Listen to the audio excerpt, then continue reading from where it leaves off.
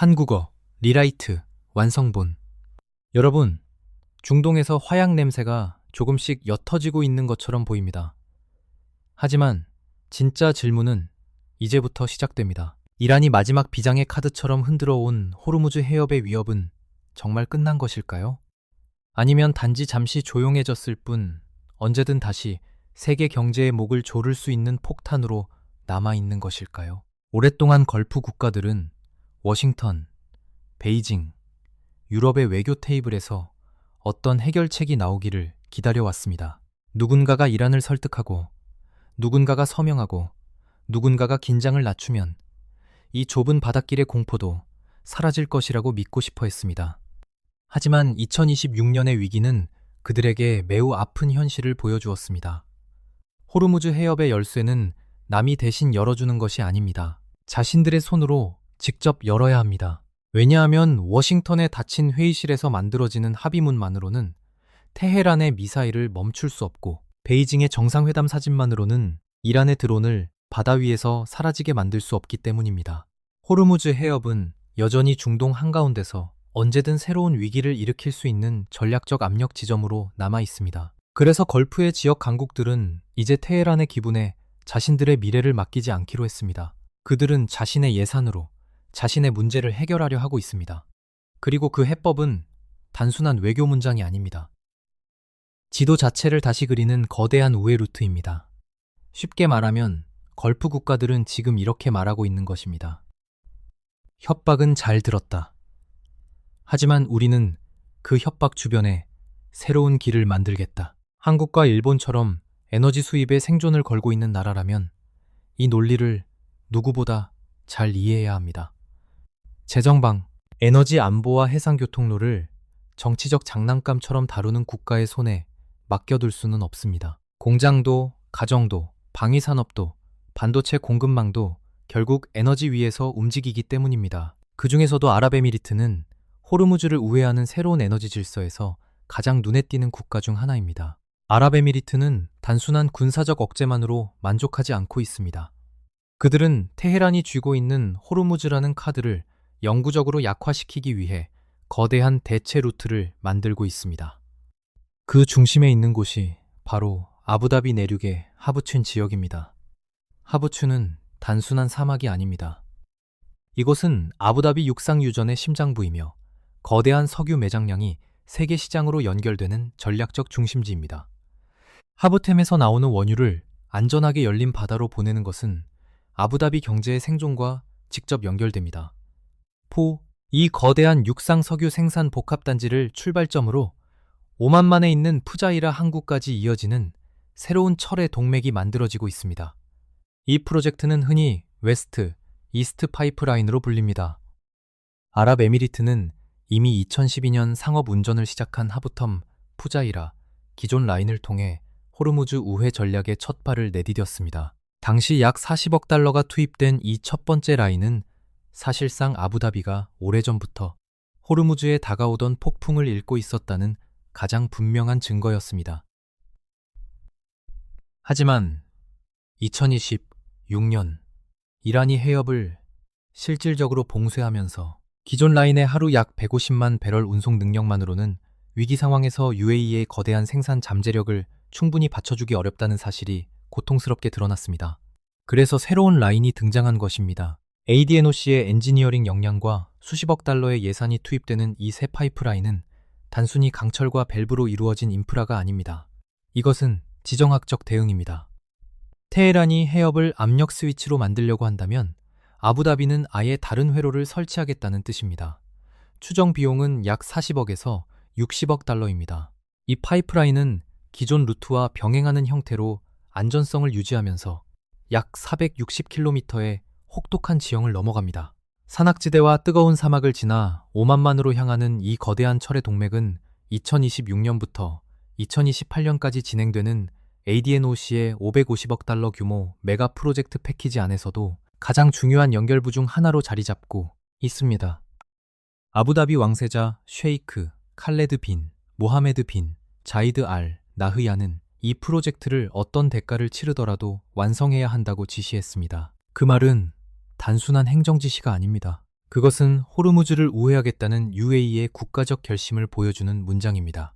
그렇다면 이 거대한 투자가 완성되면 중동의 에너지 지도에는 어떤 변화가 생길까요? 새로운 라인이 가동되면 푸자이라의 원유 수출 능력은 하루 약 300만에서 360만 배럴까지 뛰어오를 수 있습니다. 이 증가는 세계 에너지 시장에 매우 큰 영향을 줄 것입니다. UAE가 2027년을 향해 목표로 하는 하루 500만 배럴 생산 능력을 직접 뒷받침하고 동시에 국가 전체를 호르무즈라는 좁은 목줄에서 상당히 풀어주는 역할을 하게 됩니다. 즉, 아랍에미리트는 자국 석유의 상당 부분을 이란의 사정권과 정치적 압박에서 벗어나게 만들 기회를 얻게 됩니다. 지역 긴장이 높아지는 상황에서도 UAE는 자신들이 생산한 원유의 약 3분의 2에서 4분의 3을 호르무즈라는 고위험 수역에 밀어넣지 않고 직접 인도양 쪽으로 보낼 수 있는 선택지를 갖게 됩니다. 이것은 이란에게 매우 불편한 변화입니다. 오랫동안 테헤란은 호르무즈를 닫겠다는 위협으로 세계와 걸프 국가들을 압박해 왔습니다. 하지만 이 두 번째 우회 루트가 완성되면 UAE에 대한 이란의 전략적 강제력은 분명히 약해집니다. 이 우회 라인의 가장 중요한 장점 중 하나는 아시아 시장으로 석유를 끊김없이 보낼 수 있다는 것입니다. 중국과 인도의 거대한 정유소뿐 아니라 일본과 한국처럼 에너지 수입에 의존하는 아시아의 주요 경제도 호르무즈 리스크를 전면적으로 감수하지 않고 푸자이라에서 직접 선적할 수 있게 됩니다. 한국과 일본에게 이것은 먼 사막의 드라마가 아닙니다. 이것은 에너지 현실 그 자체입니다. 공장도, 가정도, 방위산업도, 반도체 공급망도 선의와 외교적 구호만으로 움직이지 않습니다. 석유는 누군가 국제회의에서 아름다운 연설을 했기 때문에 도착하는 것이 아닙니다. 루트가 확보되고 리스크가 계산되고 정부가 희망과 전략을 혼동하지 않을 때 도착합니다. UAE는 이 움직임을 통해 단순히 파이프라인을 만드는 것이 아닙니다. 중동의 에너지 공급 안전을 테헤란의 손에서 조금씩 빼내려 하고 있습니다. 일반적으로 세계 석유 무역의 상당 부분은 이 좁은 해협을 지나야 합니다. 하지만 UAE의 두 번째 움직임은 지도 위에 이 좁은 수로를 상업적 필수 조건에서 점점 단순한 지리적 위험 요소로 바꾸고 있습니다. 아부다비 정부는 아시아로 향하는 원유 흐름을 보장함으로써 수십억 달러의 수입을 지키려 합니다. 언젠가 호르무즈에서 해상 위험이 다시 높아지고 거대한 유조선들이 위험지대를 피해야 하는 상황이 오더라도 UAE 경제는 치명상을 피하고 싶어 합니다. 여기에 푸자이라 항구의 거대한 저장 및 블렌딩 시설도 결합됩니다. 약 800만 입방미터 규모의 저장 능력이 새로운 파이프라인과 완전히 통합되면 UAE는 시장 가격을 조정하고 공급을 관리하는 힘도 더 키울 수 있습니다. 푸자이라는 UAE에게 단순한 항구가 아닙니다. 인도양으로 향하는 전략적 게이트입니다. 2026년의 위기 속에서 이 항구는 세계 에너지 공급에 있어 가장 중요한 구명정 중 하나가 되었습니다. 2025년 한 해에만 740만 입방미터의 선박 연료를 판매하며 아시아와 아프리카를 잇는 항로에서 세계 선단에게 없어서는 안 될 기반 시설임을 이미 증명했습니다. 이 움직임은 UAE 자신만을 구하는 것이 아닙니다. 아시아 시장으로 향하는 루트를 확보함으로써 낡은 제약에 대한 의존을 줄이고 생산 체계를 더 유연하게 만드는 경제를 구축하려는 시도입니다. 그리고 에너지 안보가 정중한 발언과 기념사진으로 해결될 수 있다고 아직 믿는 사람들에게 사막은 다시 한번 아주 건조하고 냉정한 수업을 하고 있습니다. 하지만 걸프 지역의 물류혁명과 우회 루트 건설은 UAE 안에서만 벌어지고 있는 일이 아닙니다. 사우디아라비아도 움직이고 있습니다. 리야드는 호르무즈 위기가 재앙으로 변하는 것을 막기 위해 비전 2030의 틀 안에서 자국 역사상 가장 공격적인 교통 및 물류 전략을 실행하고 있습니다. 그 중심에 있는 것이 바로 사우디 랜드 브리지 프로젝트입니다. 이 프로젝트는 지도 위에서 두 바다를 잇는 단순한 선이 아닙니다. 세계 공급망의 주요 뼈대를 중동의 중심으로 끌어들이려는 고가의 전략적 결정입니다. 이것은 단순한 철도가 아닙니다. 세계 물류의 심장부에 놓이는 거대한 우회로입니다. 사우디 항만청이 전략적으로 관리하는 9개의 주요 항구는 이 철도망과 연결되며 사우디아라비아를 강력한 상업 요새로 바꾸고 있습니다. 제다에서 담맘으로 킹압둘라 항구에서 주베일까지 모든 핵심 거점이 거대한 철의 네트워크로 연결되고 있습니다. 이 항구들은 무작위로 선택된 장소가 아닙니다. 제다 이슬람왕의 거대한 컨테이너 물동량, 주베일의 중공업 기반, 그리고 그 사이를 잇는 약 950km의 핵심 노선은 바다에서 바다로 화물을 몇 시간 안에 이동시키는 새로운 경로를 만듭니다. 지선까지 포함하면 총 연장 약 500km에 달하는 이 새로운 철도망은 호르무즈 의존을 직접 겨냥합니다. 비용은 수십억 달러에 달합니다. 이 천문학적 숫자는 이 프로젝트가 단순한 화물 열차 노선이 아니라 지역 혼란에 대비해 만들어지는 물류 방패라는 사실을 보여줍니다. 이 라인이 완전한 능력에 도달하면 연간 0만 톤이 넘는 화물이 호르무즈에 의존하지 않고 동쪽에서 서쪽으로 안전하게 운송될 수 있습니다. MSC와 같은 글로벌 해운사도 이미 이 루트를 활용하기 시작했습니다. 이 변화는 우회 선택지가 제한된 쿠웨이트나 카타르 같은 나라들을 불안하게 만드는 동시에 사우디아라비아를 세계 물류의 새로운 중량급 중심지로 밀어올리고 있습니다. 시속 160km로 달리는 대형 화물 열차는 안전 리스크를 안고 몇 주 동안 바다를 돌아야 하는 선박 운송을 몇 시간짜리 육상 물류로 압축합니다. 이 우회 루트가 완성되면 연간 약 42억 달러의 운송 비용 절감 효과를 가져오고 사우디 경제에 새로운 호흡을 불어넣게 될 것으로 기대됩니다. 이것은 비용 절감만의 문제가 아닙니다. 사우디 경제에 20만 개가 넘는 새로운 일자리를 만들고 포스트 석유 시대를 대비하는 최대 물류 생명줄이 될 수 있습니다. 바다에서 오는 비대칭 위협에 맞서 더 안전한 육상 물류 브리지는 사우디아라비아를 아시아와 유럽 사이에서 가장 안전한 무역 중심지 중 하나로 끌어올리고 있습니다. 그러나 열차만이 사우디의 카드는 아닙니다. 진짜 지하의 용은 따로 있습니다. 바로 약 200km에 달하는 페트로라인입니다. 페트로라인은 이 육상 브리지의 에너지 부문을 형성하며 강력한 우회 시스템을 만들어냅니다.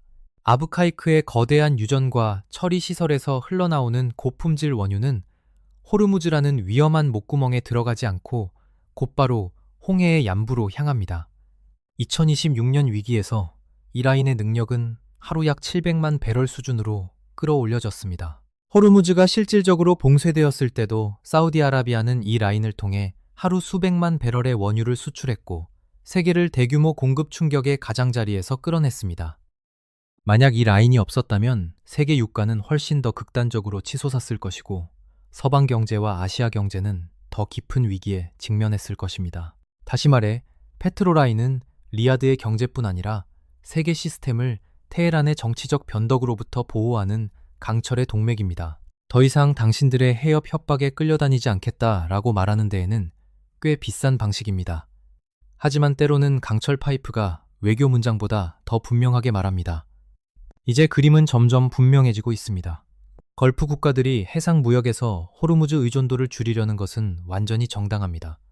이란이 오랫동안 이 해협을 압박의 도구로 사용해왔기 때문입니다. 특히 2026년의 지역 공격과 혼란은 이러한 우회 프로젝트가 얼마나 중요한지를 증명했습니다. 하지만 여기에는 또 다른 문제가 있습니다.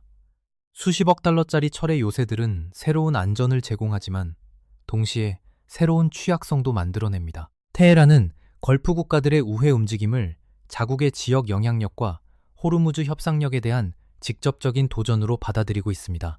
이란의 장군들은 이 대체 루트들이 완전히 그리고 안전하게 움직이기 시작하는 순간 걸프 국가들에 대한 테헤란의 압박력이 크게 약해진다는 것을 잘 알고 있습니다. 이 루트들은 걸프 석유 경제가 흔들리지 않도록 하고 세계 에너지 위기가 통제 불능으로 번지는 것을 막기 위해 매우 중요합니다. 그러나 테헤란은 여전히 비대칭 능력을 가진 매우 위험한 행위자입니다. 저렴하지만 치명적인 자폭 드론과 탄도미사일은 이러한 거대한 인프라 프로젝트에 계속 위협이 됩니다. 특히 약 700km 사거리를 가진 파테흐 및 졸파가르 계열 탄도미사일은 사우디아라비아 홍해 쪽의 얌부 항구까지 도달할 수 있는 능력을 갖고 있습니다. 파이프라인과 철도는 움직이지 않는 목표입니다. 군사적 관점에서 보면 이런 인프라를 지키는 것은 매우 어려운 임무입니다. 수천 킬로미터에 달하는 강철 라인의 1m를 하늘에서 날아오는 미사일과 드론으로부터 완벽히 지키는 것은 거의 불가능에 가깝습니다. 따라서 걸프 국가들은 수십억 달러를 투입한 이 루트들을 더 정교한 방공 체계로 급히 보호해야 합니다. UAE가 보유한 미국산 패트리엇과 사드는 고고도 방어를 제공합니다. 하지만 저고도로 날아오는 드론 스웜에 대응할 수 있는 신뢰성 있는 네트워크를 구축하는 것이 필수적입니다. 이 상황은 걸프 국가들에게 콘크리트와 강철만이 아니라 그 인프라를 지킬 통합형, 인공지능 기반, 다층 방공 아키텍처를 요구하고 있습니다. 그렇지 않으면 지도를 다시 그리기 위해 만든 철의 동맥들이 어느 날 갑자기 이란 미사일의 목표물이 될 수 있습니다. 그 경우 장대한 전략은 중동에서 가장 비싼 수업료로 바뀔 것입니다. 한국과 일본 같은 에너지 수입국은 이런 리스크를 낭만적인 시선으로 바라볼 여유가 없습니다. 파이프라인을 단순한 공학 프로젝트로만 찬양할 수 없습니다. 더 차갑게 물어야 합니다. 그 파이프라인은 진짜 위기 속에서도 살아남을 수 있는가? 바로 이 지점에서 파이프라인과 석유시설의 안전 확보는 걸프 국가들에게 최우선 국가안보 독트린이 되었습니다. 라인을 건설하는 것만큼 중요한 것은 그 라인을 지키는 것입니다. 걸프 국가들은 이제 수십억 달러짜리 파이프라인과 항구를 만드는 것만으로는 충분하지 않다는 사실을 알고 있습니다. 그것들을 방어하는 것도 같은 만큼 중요합니다. 5월 4일 푸자이라에 대한 이란의 미사일 및 드론 공격은 모두에게 고통스러운 경고가 되었습니다. 그날 이후 방위 전략은 근본적으로 바뀌었습니다. 아랍에미리트는 이 새로운 현실에 가장 빠르게 적응한 국가 중 하나입니다. 푸자이라 항구와 새로운 웨스트, 이스트 파이프라인 주변에 거대한 다층 방공 방패를 구축하고 있습니다. 기존 사드 포대에 더해 추가 패트리엇 PAC-3 시스템도 운용되고 있습니다. 특히 저공으로 날아오는 샤헤드형 드론에 대응하기 위해 설계된 신세대 전자전 시스템과 레이저 방어 무기도 배치되고 있습니다. UAE는 육상뿐 아니라 해상에서도 대응하고 있습니다. 푸자이라 해역에서는 무인 수상정과 고속정이 연속 순찰을 수행하는 체계가 만들어졌습니다.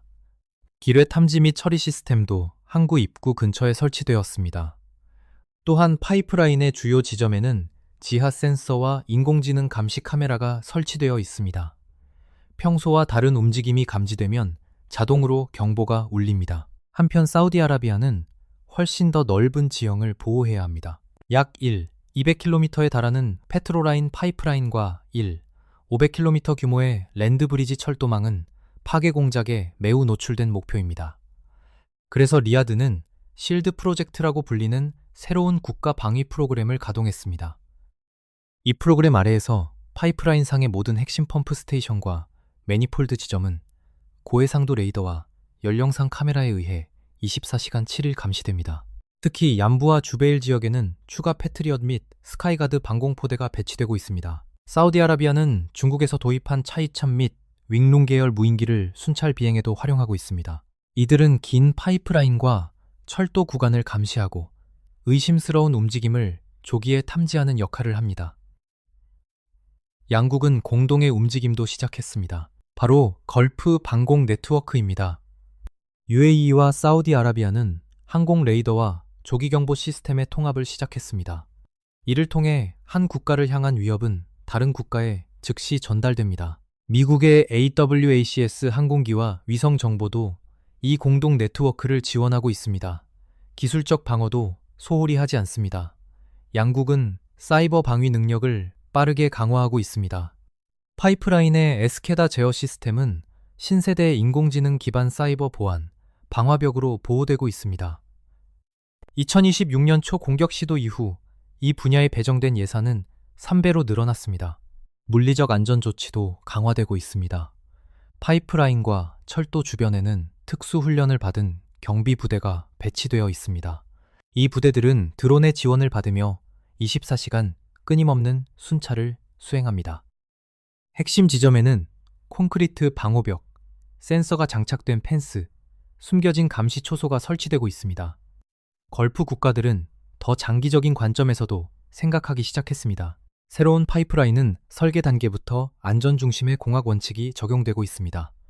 파이프라인은 가능한 한 깊게 매설되고 있습니다. 펌프 스테이션은 강화 콘크리트 쉘터 안에 배치됩니다. 푸자이라의 새로운 저장 탱크는 미사일 공격에 대비해 특수 복합재로 보호됩니다. 이러한 방위 투자는 결코 낭비가 아닙니다. 이란의 비대칭 위협은 여전히 매우 현실적입니다. 저렴한 드론, 탄도미사일, 사이버 공격은 언제든 발생할 수 있습니다. 하지만 걸프 국가들은 이제 단순히 방어적으로 웅크리는데 그치지 않습니다. 그들은 적극적인 억제 전략을 세우고 있습니다.